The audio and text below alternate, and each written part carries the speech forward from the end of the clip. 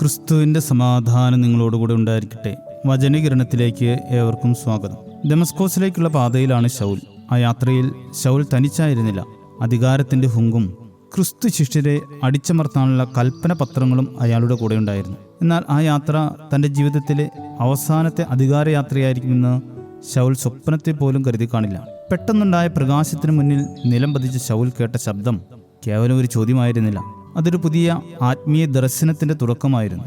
ശൗലേ, ശൗലേ, നീ എന്നെ ഉപദ്രവിക്കുന്നതെന്ത്? ഈ ചോദ്യം ശൗലിനെ ശരിക്കും കുഴപ്പിച്ച് കാണണം. കാരണം ചരിത്ര രേഖകൾ പരിശോധിച്ചാൽ ശൗൽ ഒരിക്കൽ പോലും യേശുവിനെ നേരിട്ട് ഉപദ്രവിച്ചതായി കാണുന്നില്ല. യേശുവിൻ്റെ മരണം കഴിഞ്ഞ് വർഷങ്ങൾക്ക് ശേഷമാണ് ശൗൽ ക്രിസ്ത്യാനികളെ പീഡിപ്പിക്കാൻ രംഗത്തിറങ്ങുന്നത്. അപ്പോൾ പിന്നെ എങ്ങനെയാണ് ശൗൽ യേശുവിനെ ഉപദ്രവിച്ചു എന്ന് പറയുന്നത്? അതിനുള്ള ഉത്തരം, നീ ഉപദ്രവിക്കുന്ന യേശു ആകുന്നു ഞാൻ എന്ന ക്രിസ്തുവിൻ്റെ അരുളപ്പാടാണ്.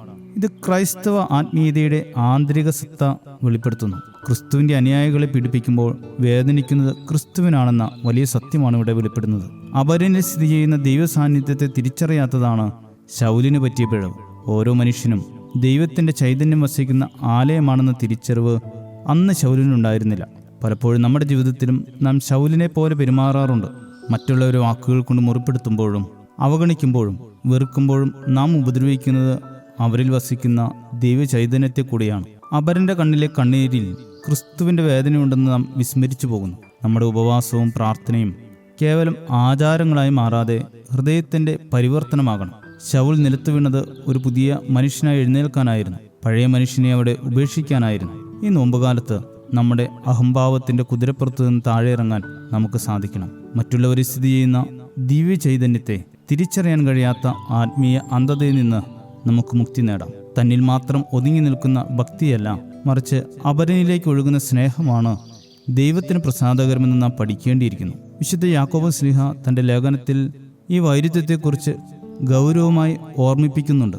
നാം കർത്താവും പിതാവുമായവനെ സ്തുതിക്കുന്നു, ദൈവത്തിൻ്റെ സാദൃശ്യത്തിൽ ഉണ്ടായ മനുഷ്യരെ നാം ശപിക്കുന്നു. സഹോദരരെ, ഇത് ഇങ്ങനെ ആയിരിക്കുന്നത് യോഗ്യമല്ല. വിശുദ്ധ യാക്കോബ് 3:9-10 വാക്യങ്ങൾ.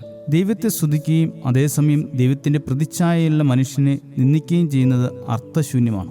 അദൃശ്യനായ ദൈവത്തോടുള്ള നമ്മുടെ സ്നേഹം ദൃശ്യനായ സഹോദരനിലൂടെയാണ് പരീക്ഷിക്കപ്പെടുന്നത്.